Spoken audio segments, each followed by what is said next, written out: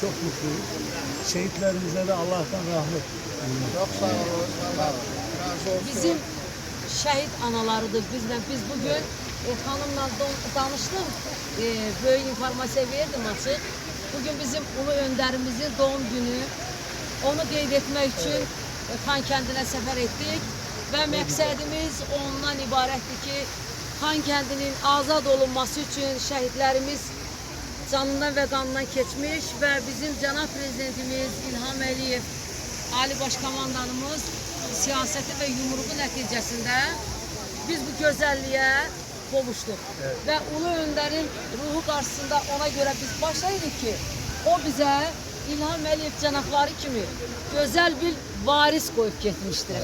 Və biz onlarla, Türk qardaşlarımızla bir yerdə fəxr duyuruq. Allah sizləri mutlu etsin. Hər zaman sizlərin yanınızdayıq.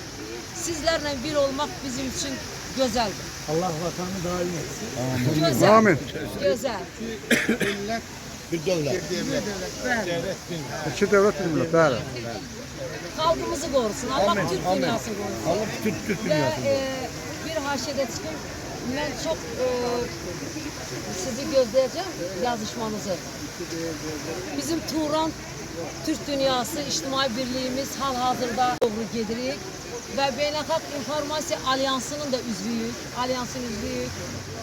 Ora təzə imza atdıq ki, gələcəkdə bir neçə saytlarla bir yerdə olar. Yəni onlar da bizim səsimizi dünyaya çatdırsın. Türkçülüyümüzü yaysın, bildirsin bütün dünyaya. Sağ olun, var olun. Sağ olun.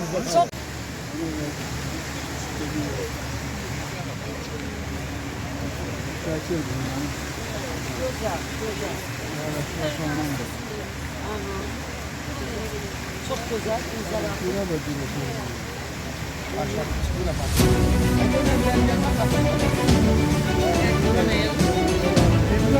Adres alayım.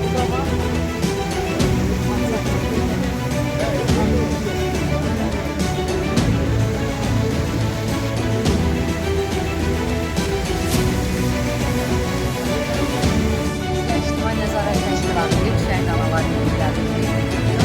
Ulu önderimizin doğum günüdür. Onunla bağlı gəldik ki, Xan kəndində onu qeyd edək.